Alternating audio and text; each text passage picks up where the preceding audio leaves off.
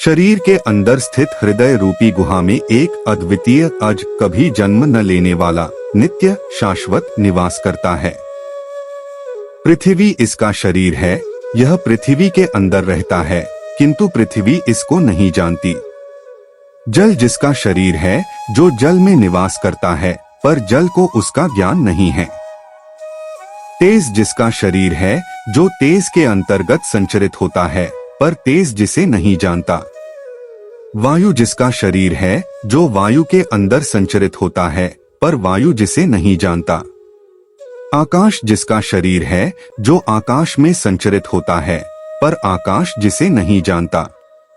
मन जिसका शरीर है, जो मन में संचरित होता है, पर मन जिसे नहीं जानता। बुद्धि जिसका शरीर है, जो बुद्धि में निवास करता है, पर बुद्धि जिसे जानती नहीं। जिसका शरीर अहंकार है, जो अहंकार में निवास करता है, पर अहंकार जिसे जानता नहीं। चित्त जिसका शरीर है, जो चित्त में संचरित होता है, पर चित्त जिसे जानता नहीं। अव्यक्त जिसका शरीर है, जो अव्यक्त में संचरित होता है, पर अव्यक्त जिसे जानती नहीं। अक्षर जिसका शरीर है, जो अक्षर में संचरित होता है, पर अक्षर जिसे जानता नहीं। जिसका शरीर मृत्यु है, जो मृत्यु में संचरित होता है, पर मृत्यु जिसे जानती नहीं, वही सर्वभूतों में स्थित उनका अंतरात्मा है। वह निष्पाप है और वही एक दिव्य देवनारायण है। शरीर और इंद्रियादि अनात्म विषय हैं। इनके विषय में मैं और मेरा का भाव अध्यास भ्रांति मात्र है। इसलिए विद्वान को चाहिए कि वह ब्रह्मनिष्ठा ब्रह्म ज्ञान के द्वारा इस अध्यास भ्रांति को दूर करे। अपने को ही बुद्धि और उसकी वृत्ति का साक्षी मानकर स्वयं को प्रत्यगात्मा समझे। वह मैं ही हूँ। इस सोहम वृत्ति से अपने अतिरिक्त समस्त पदार्थों से आत्मबुद्धि का परित्याग कर दे। लोकानुवर्तन संसार का अनुसरण छोड़कर देहानुवर्तन भी त्याग देना चाहिए। देहानुवर्तन के पश्चात शास्त्रानुवर्तन भी त्याग दे। इसके बाद आत्मध्यास आत्मभ्रांति का भी परित्याग कर देना चाहिए। सदा अपने आत्मस्वरूप में स्थित रहकर युक्ति श्रुति श्रवण और स्वानुभूति द्वारा सबको अपना ही आत्मस्वरूप जानकर योगी पुरुष का मन विनष्ट होता है। निद्रा लोकवार्ता शब्दादि विषयों तथा आत्मविस्मृति का कभी अवसर न आने देकर आत्मा में आत्मा का चिंतन करना चाहिए। माता और पिता के मल मैल से उत्पन्न हुए इस शरीर को, जिसमें मल और मांस भरा है, इसे चांडाल के समान दूर करके काया के साथ स्व के बोध को त्याग कर ब्रह्मरूप होकर कृतार्थ हो। हे मुने, महाकाश में घटाकाश के समान परमात्मा में आत्मा को विलीन करके अखंड भाव से सदैव शांत रहो। स्वप्रकाशित स्वयंभू और अधिष्ठान ब्रह्मा रूप होकर ब्रह्मांड और पिंडांड का भी विष्ठा पात्र के समान परित्याग कर देना चाहिए। शरीर के ऊपर आरूढ़ अहम बुद्धि को सदानंद और चित्त स्वरूप आत्मा में लगाकर लिंग स्वज्ञान चिन्ह को छोड़कर सर्वदा केवल आत्मरूप हो। हे निष्पाप, जिस प्रकार दर्पण में विशाल पुर नगर दिखाई देता है, उसी प्रकार अपने को मैं ब्रह्मा हूँ ऐसा जानकर कृतार्थ हो। अहंकार से मुक्त हुआ पुरुष आत्मस्वरूप को प्राप्त करता है। वह चंद्रमा के समान विमल होकर पूर्ण सदानंद और स्वप्रकाश बनता है। सांसारिक क्रियानाश से चिंता विनष्ट होती है और चिंतानाश से वासना का क्षय होता है। वासना का विनष्ट हो जाना मोक्ष है और इसे ही जीवन मुक्ति भी कहते हैं। जो सर्वत्र सब तरफ सभी को मात्र ब्रह्मा रूप में देखता है और जिसकी सद्भावना दृढ़ हो गई है, उसकी वासना का लय हो जाता है, अर्थात वासना विनष्ट हो जाती है। ब्रह्मनिष्ठा में कभी प्रमाद न करे, क्योंकि प्रमाद ही मृत्यु है, ऐसा विद्या के ज्ञाता ब्रह्मवादी कहते हैं। जिस प्रकार शैवाल को पानी के ऊपर से कुछ हटा देने के बाद वह क्षण मात्र भी वहां नहीं ठहरती और पूर्ववत पानी को ढक लेती है, उसी प्रकार बुद्धिमान व्यक्ति भी यदि ब्रह्मनिष्ठा से थोड़ा भी हट जाए या दूर हो जाए तो माया उसे आवृत कर लेती है। जिसे जीवित स्थिति में ही कैवल्यावस्था प्राप्त हो गई हो, वह विदेह देहरहित होने पर केवल ब्रह्मा ही रहेगा। इसलिए है निष्पाप, समाधिनिष्ठ होकर निर्विकल्प बनो। जिस समय निर्विकल्प समाधि से अद्वैत आत्मा का दर्शन होता है, उसी समय हृदय की अज्ञान रूपा ग्रंथि का पूर्ण रूपेण विनाश और विलय हो जाता है। आत्मत्व अर्थात आत्मभाव को दृढ़ करके अहंकारादि का परित्याग करके उनसे उसी प्रकार से उदासीन रहे जिस प्रकार बर्तन वस्त्रादि के प्रति उदासीन भाव रखा जाता है। ब्रह्मा से स्तंभ तृण पर्यंत समस्त उपाधियां मिथ्या हैं, इसलिए सदा एक स्वरूप में अवस्थित रहने वाले अपने पूर्ण आत्मा का ही सर्वत्र दर्शन करना चाहिए। स्वयं ब्रह्मा, स्वयं विष्णु, स्वयं इंद्र, स्वयं शिव, स्वयं विश्व और स्वयं ही यह सब कुछ है। स्वयं के अतिरिक्त और कुछ भी नहीं है। अपनी आत्मा में समस्त वस्तुओं का आभास रस्सी में सर्प की तरह केवल आरोपित है, उसका निराकरण कर देने से वह स्वतः पूर्ण अद्वैत और अक्रिय परब्रह्म बन जाता है। एक ही आत्मा रूपी वस्तु में जो यह विकल्प प्रतीत होता है वह प्रायः मिथ्या है, क्योंकि निर्विकार, निराकार और निर्विशेष में भेद ही कहा है। वह चैतन्य आत्मा दृष्टा, दर्शन और दृश्य आदि भावों से शून्य है, जो निरामय, निर्दोष तथा प्रलयकालीन सागर की तरह परिपूर्ण है। जिस प्रकार अंधकार प्रकाश में विलीन हो जाता है, उसी प्रकार अद्वितीय परम तत्व में भ्रांति का कारण भी विलुप्त हो जाता है। वह आत्मा अवयव रहित है, अस्तु उसमें भेद कहाँ है। एकात्मक परम तत्व में भेद करता किस प्रकार रह सकता है। सुषुप्तावस्था में सुख मात्र है, उसमें भेद किसके द्वारा देखा गया है। इस विकल्प भेद का मूल कारण चित्त है। यदि चित्त न हो तो कोई भी विकल्प नहीं है। अत प्रत्यग रूप परमात्मा में अपने चित्त को समाधिस्थ समाहित कर दो। अखंडानंद रूप आत्मा को अपना वास्तविक स्वरूप जानकर सदा इसे आत्मा में ही बाहर और अंदर आनंद रस का आस्वादन करो। वैराग्य का फल बोध ज्ञान है, ज्ञान का फल उपरति विषयों से विरत होना है और उपरति का फल आत्मानंद के अनुभव से प्राप्त शांति है। उपर्युक्त वस्तुओं में जो उत्तरोत्तर न हो, उससे पूर्व की वस्तु निष्फल है। विषयों से निवृत्ति ही परम तृप्ति है और आत्मा का आनंद स्वयं ही अनुपम है। मायारूप उपाधि से युक्त, जगत का कारण रूप सर्वज्ञत्व आदि लक्षणों से युक्त, परोक्ष रूप से शबल अर्थात मायाविष्टित ब्रह्मा जो सत्यादि स्वरूप वाला है, वही तत् शब्द से विख्यात है। जो मैं शब्द तथा प्रत्यय का आश्रय स्वरूप प्रतीत होता है, जिसका ज्ञान अंतःकरण से मिथ्या है, वह जीव त्वम शब्द से जाना जाता है। ब्रह्मा एवं जीव की क्रमश माया और अविद्या, यह दो ऐसी उपाधियां हैं जिनका परित्याग कर देने से अखंड सच्चिदानंद परब्रह्म ही भासित होता है, दिखाई पड़ता है। इस प्रकार तत्वमसि आदि महावाक्यों द्वारा उनके जीव और ब्रह्मा के एकत्व का अर्थ और अनुसंधान करना श्रवण है, और जो कुछ सुना गया है उसके अर्थ पर युक्तिपूर्वक विचार विमर्श करके अनुसंधान करना मनन है। श्रवण और मनन द्वारा संदेह रहित हुए अर्थ में चित्त को स्थापित करके एक तानत्व प्राप्त करना यह निदिध्यासन है। इसके पश्चात ध्याता और ध्यान का परित्याग करके ध्येय में ही चित्त को स्थापित करें। वायुरहित स्थान में रखे दीपक की तरह जब चित्त निश्चल बन जाए, यही समाधि है।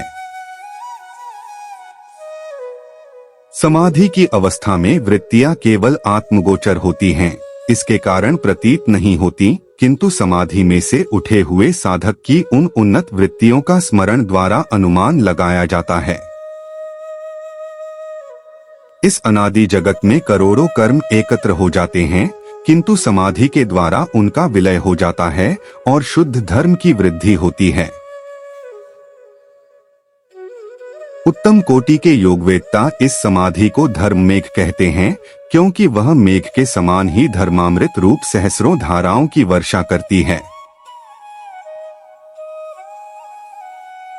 इस समाधि के द्वारा वासना का जाल पूर्ण रूपेण लय को प्राप्त हो जाता है एवं जब पुण्य पाप नाम वाला कर्मसमूह समूल रूप से विनष्ट हो जाता है, तब तत्वमसि आदि वाक्यों के माध्यम से पहले परोक्ष ज्ञान प्रतिभासित होता है और बाद में वह हस्तामलकवत अपरोक्ष बोध तत्व ज्ञान को प्रकट करता है।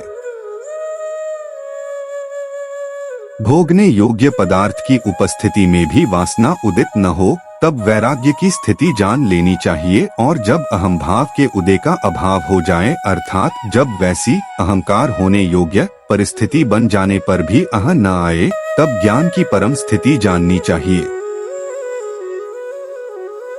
लीन वृत्तियां पुनः उदित न हो तो वह उपरती की स्थिति समझनी चाहिए। इस स्थिति वाला यति स्थित प्रज्ञ कहलाता है, जो सदा आनंदानुभूति करता रहता है। जिसका आत्मतत्व एकमात्र ब्रह्मा में ही विलीन हुआ हो, वह निर्विकार और निष्क्रिय हो जाता है। ब्रह्मा और आत्मा के एकत्व के अनुसंधान में लीन हुई वृत्ति जब विकल्प रहित, ऊहापोह रहित और मात्र चैतन्य रूप बन जाती है, तब उसे प्रज्ञा कहते हैं। वह प्रज्ञा जिसमें सर्वदा विद्यमान रहती है, वह जीवन मुक्त कहलाता है। शरीर और इंद्रियों में जिसका अहम भाव न हो तथा इनके अतिरिक्त अन्य पदार्थों पर भी जिसका ममत्व न हो, वह जीवन मुक्त कहलाता है।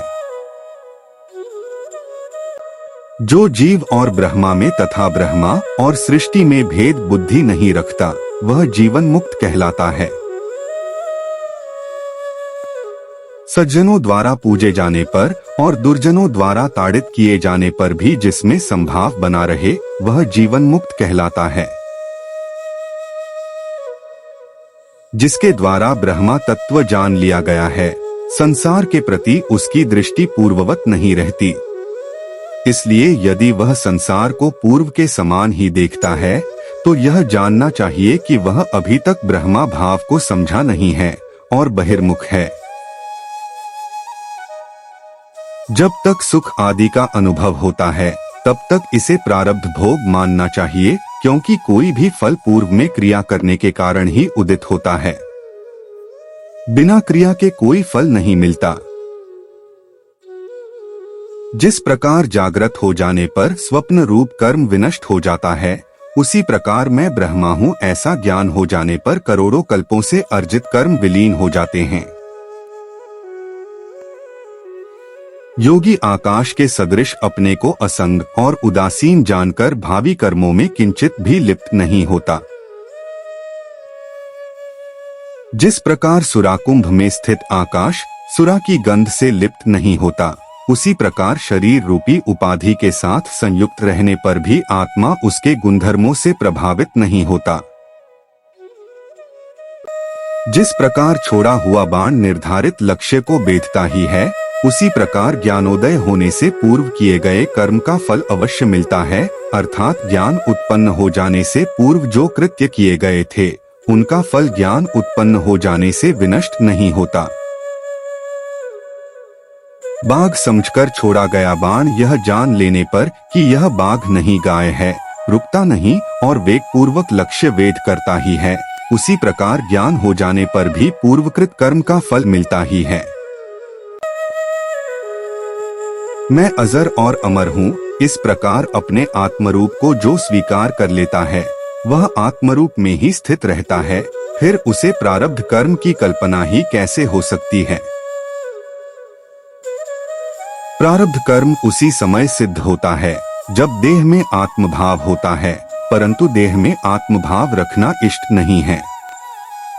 अस्तु देह के ऊपर आत्म बुद्धि का परित्याग करके प्रारब्ध कर्म का परित्याग करना चाहिए। देह के प्रति भ्रांति ही प्राणी के प्रारब्ध की परिकल्पना है, और आरोपित अथवा भ्रांत धारणा से जो कल्पित हो वह सत्य कैसे हो सकता है। जो सत्य नहीं है उसका जन्म कहाँ से हो, और जिसका जन्म नहीं है उसका विनाश कैसे हो। अस्तु जो असत है उसका प्रारब्ध कर्म कैसे बने। यदि अज्ञान देहासक्ति आदि का पूर्ण विलय ज्ञान में हो जाए तो फिर देह का अस्तित्व ही कैसे रह सकता है। ऐसी शंका जड़ स्थूल बुद्धि वाले ही करते हैं। बहिर्मुखी दृष्टि वाले अज्ञानियों को समझाने के लिए श्रुति प्रारब्ध की बात कहती है। ज्ञानियों के लिए या देहादि की सत्यता प्रकट करने के लिए प्रारब्ध का उल्लेख नहीं किया गया है। वस्तुतः परिपूर्ण आदि अंतरहित अप्रमेय विकार रहित सद्घन चिद्घन नित्य आनंद घन अव्यय प्रत्यग एक रस पूर्ण अनंत सब और मुख वाला त्याग और ग्रहण न करने वाला किसी आधार के ऊपर न रहने वाला और किसी का आश्रय भी न लेने वाला निर्गुण क्रियारहित सूक्ष्म स्वरूप निर्विकल्प दोष दुर्गुण रहित अनिरूप्य जिसका निरूपण नहीं किया जा सकता ऐसे स्वरूप वाला मन और वाणी द्वारा अगोचर सत्समृद्ध सतोगुण की अधिकता वाला स्वतः सिद्ध शुद्ध बुद्ध अनिदृश जिसकी किसी के साथ तुलना न की जा सके वह एक ही अद्वैत रूप ब्रह्मा है, उसके अतिरिक्त और कुछ भी नहीं है। इस प्रकार अपनी अनुभूति से स्वयं ही अपनी आत्मा को अखंडित जानकर सिद्ध हो और निर्विकल्प आत्मा से अपने को सुखपूर्ण स्थिति में प्रतिष्ठित कर। शिष्य कहने लगा, जिस जगत को अभी मैंने देखा था वह कहाँ चला गया, किसके द्वारा वह हटा लिया गया, वह कहाँ लीन हो गया। बहुत आश्चर्य का विषय है कि अभी तो वह मुझे दिखाई पड़ रहा था, क्या वह अब नहीं है।